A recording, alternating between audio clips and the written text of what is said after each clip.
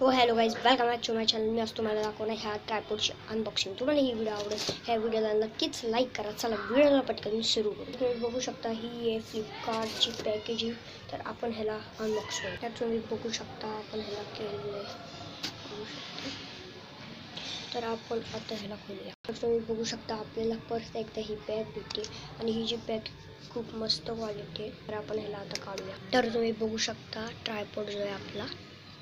तर ह्याच्यासोबत एक फोनचं जे हँड असतं ते आपल्याला भेटलेलं आहे आणि हा जो आहे मेटलचा आहे बघू शकता. आणि इथे तुम्हाला भेटतोय बबल लेवल इंडिकेटर बघू शकता.